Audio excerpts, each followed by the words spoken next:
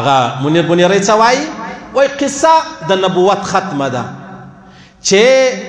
قصه پر د نبوت ختمه ده په هغه چا د محبت ختمه ده په هغه چا د محبت ختمه ده په یو کتاب کې بدلون چرته کیږي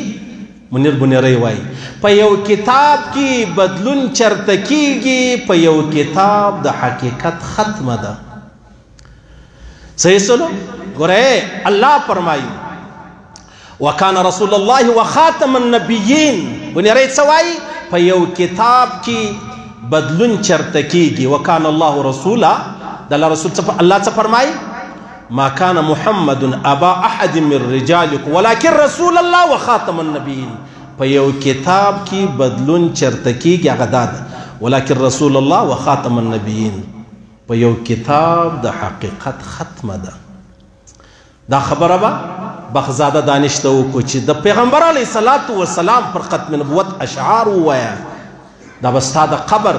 د نجات سبب وګرځي زیت الرحمن عاجز ته به ووایه د محمد رسول الله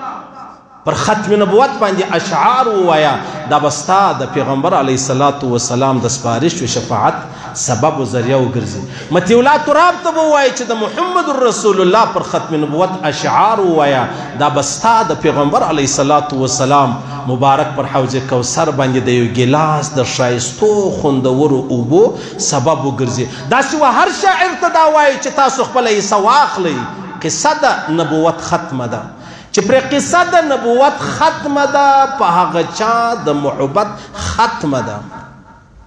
صحیح سنو او په یو کتاب کې بدلون چرته کیږي په یو کتاب د حقیقت ختمه ده بیا عبدالرحمن بابا وایي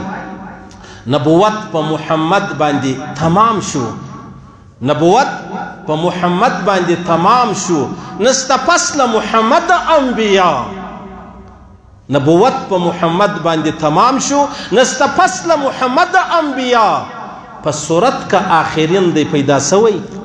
په صورت کا آخرین دی پیدا سوی په معنا کې اولین دی تر هر چا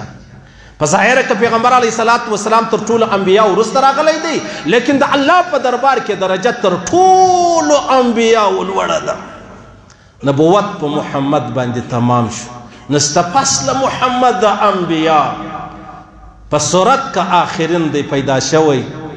په معنا کې اولین دی تر هر چا او دا زموږ چش دی دا زموږ ایمان دی دا زموږ ایمان دی پر دې خبرو تاسو اسې نه خطا وځئ چې دا د علماو کار دی علما به الله پر یو خبره وبخښي په هغو کې د ختم نبوت مسله هم ده په هغو کې د ختم نبوت مسله هم ده